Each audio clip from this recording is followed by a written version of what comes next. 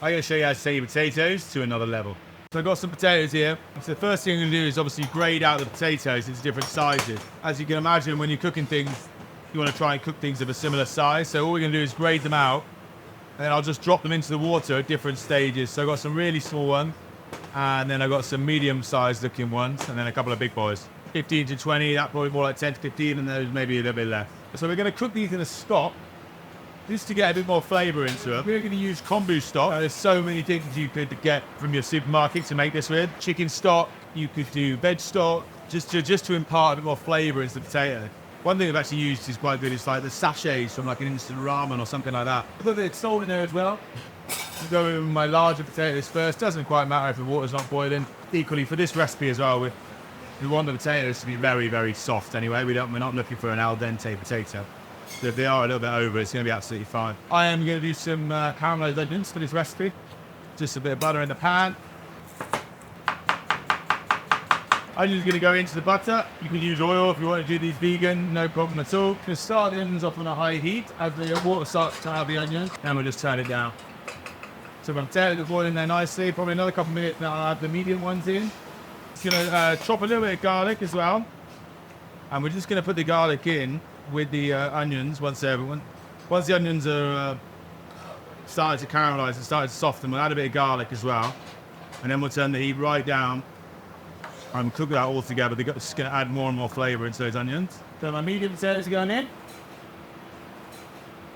My onions are just nicely softening now. You can see the water starting to evaporate. So now we can turn down the heat. I switch the pan around so the cob is quite intense. Garlic's going to go in with the onion, bit off, or kind of a lid. And you want to cook them for about an hour, I'd say. So these potatoes are what you'd call full boiled. We want them to have that really soft texture. I personally hate any potato with a pike to it. So here I've got some chives. Going to add a really nice fresh flavour. So my small potatoes are going to go in now.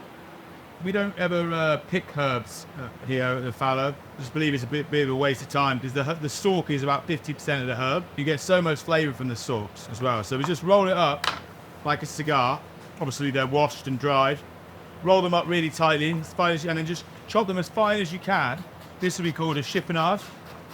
We're going to go all the way down to pretty much the bottom of the bud, and the last little bit then, we're just going to chuck in with the potatoes. And then infuse into the water as it's boiling. Now the key with cutting herbs is, whenever you finish cutting herbs, your board should always be clean. Quite often when you're cutting herbs at home, you'll be left with your chopping board will be completely green and stained. Obviously this is a green chopping board. If you bruise the herb like that, you see there's like a green twinge in the board. It means that you're not actually chopping the herb, it means you're bruising it. And the herb doesn't like that. Bad for its feeling. But just look at these to be super soft, like as if I put a bit of pressure, my hands will go straight through it, which they are. This feels good. So I'll take this off the heat now. I'm just going to drain them off. Just catching the stock beneath. It's really, really useful to use that for many things. You could use it to either as a master stock to cook the potatoes again, or it could be good for like adding to a gravy. Nice natural thickener, veggie gravy would be really good from that. Let it cool down. So this has been on for about an hour and a half now.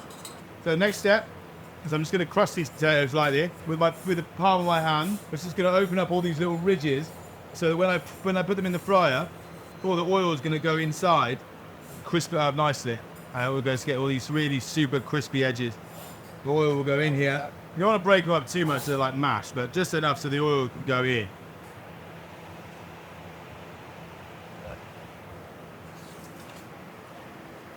Okay, next I'm just going to drop these into my basket.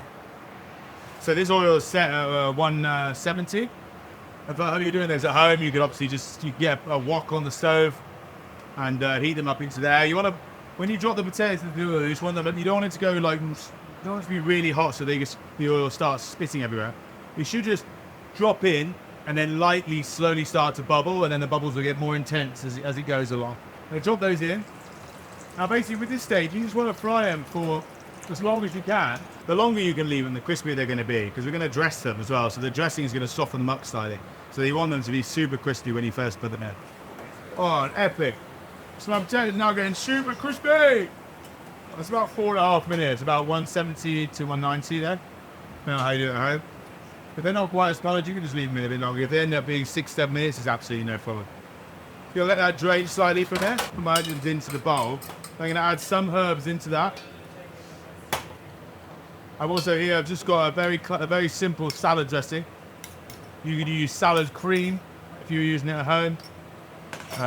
Or you just use any sort of ready-made dressing, will be absolutely fine. Just a little bit of oil and vinegar there, just to let it down a little bit. You always want to do like a thick paste that's going to coat the potato nicely. So that's quite thick there. So maybe just a touch more oil and vinegar just to let it down a little bit. You've got the richness from the sweetness from the onions. You've got that nice thick mustardy dressing. You could put a bit of mayonnaise in here at home. You could just do this with mustard and mayonnaise, and a bit of vinegar would be absolutely fine as well. Now I've got my base dressing there. I'm literally just going to go in with my potatoes straight in, and the potatoes will have a bit of oil on them as well, which will help let it down. Good generous pinch of salt, pepper,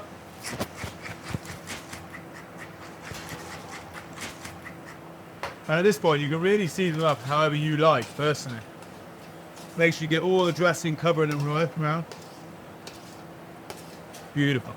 So you've got all those crispy edges there with a really nice shine from the oil and the mustard.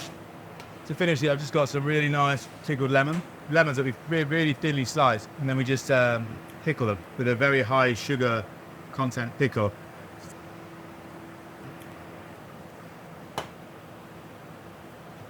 There's a slightly different variation on the new potatoes. Quite good for big parties. Try something new. Nice variation on sort of just doing a bit boring like roasted potatoes. You can try roasting them. You can even do this without the fryer at all. You can just roast them in the oven and then just get creative with different dressings. But I hope you get a few tips and tricks from this one. Give it a go. Let us know what you think.